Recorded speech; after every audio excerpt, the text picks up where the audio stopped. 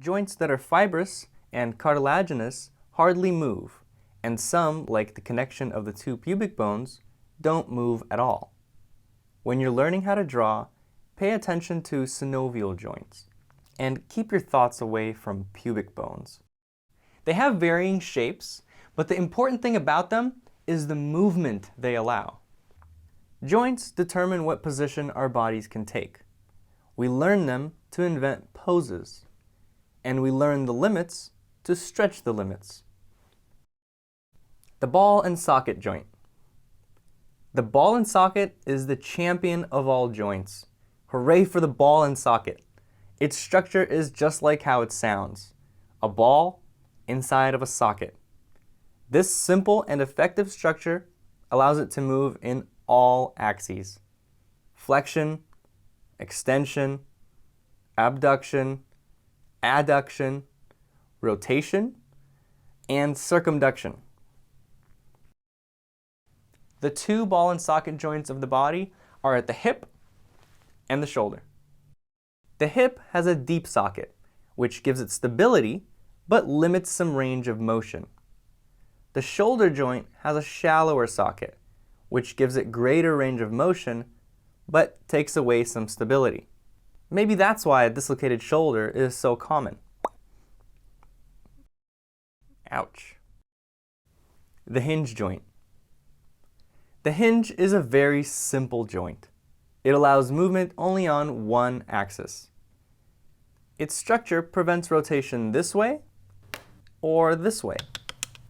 The head of the bone wraps around the cylindrical head of the other, allowing a very stable rotation this way. Going back to the terminology from last week, the hinge joint allows flexion and extension. That's it. That's all it does, but it does it well. Like the hinges on a door, allow it only to open or close.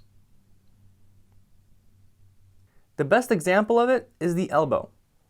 Here's the rotation on a simplified skeleton: flexion and extension. So, if the elbow only allows flexion and extension, how is it that we're able to twist the forearm? Well, let's take a look at the next joint, the pivot joint. The pivot joint also allows rotation at only one axis. However, it rotates along the long axis. A cylindrical bone fits into a ring of bone and ligament, like the radial ulnar joint just below the elbow. The cap on the radius bone fits nicely into this notch on the ulna bone. Ligaments complete the ring, holding the bone in place and allow the radius only to rotate inside of it. The result on the forearm is what we call pronation and supination. During pronation, the base of the radius rotates over and around the head of the ulna. The ulna stays relatively still. Remember, the hinge joint at the elbow prevents the ulna from twisting, so all of that twisting happens at the radius.